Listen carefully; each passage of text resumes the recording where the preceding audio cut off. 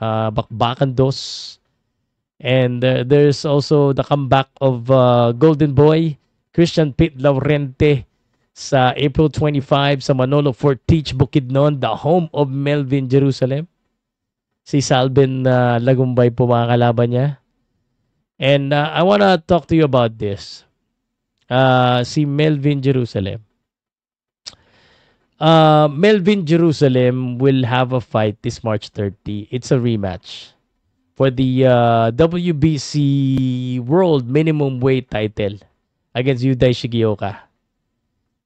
Again, sa Japan po ulit yan. Okay? So, as you know, Melvin Jerusalem ang nanalo sa kanilang laban na depensahan niya po. And then ito si Yudai, ganun din, naka-recover na.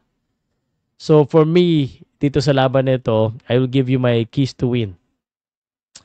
Sa akin, kay Melvin Jerusalem muna, ano? I would, of course, sabi ko nga, if it's not broken, why fix it? So, I think effective yung strategy na ginawa nila last time. When they seclude the split decision, kailangan lang much more. Kailangan may ma-knockdown nila uli. So, if na-knockdown nila yan, yun lang. Siguro push lang ng konti pag na-knockdown nila para hindi na tumayo.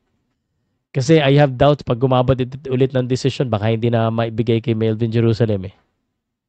So, for Melvin Jerusalem, the second one, and this is my second for now, is just be aggressive.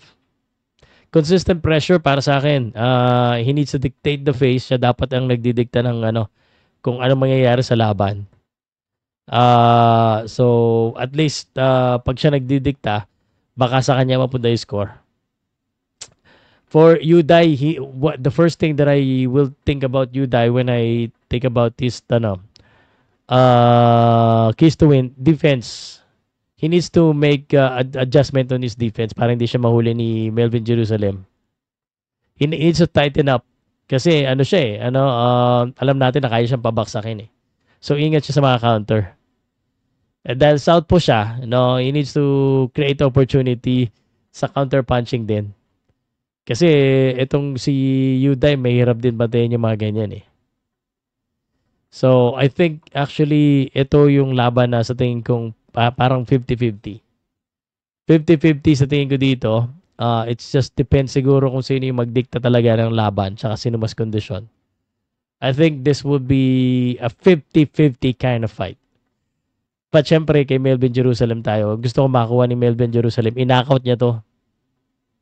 I think a knockout is needed again this time. If makuha niya ha. Pero kung hindi, just dictate the face. Siya yung maging aggressive. Huwag niya hayaan na si Yudai ang masunod. Kasi if it goes to a decision, ano na yan? Bibigay niya yung kay Yudai.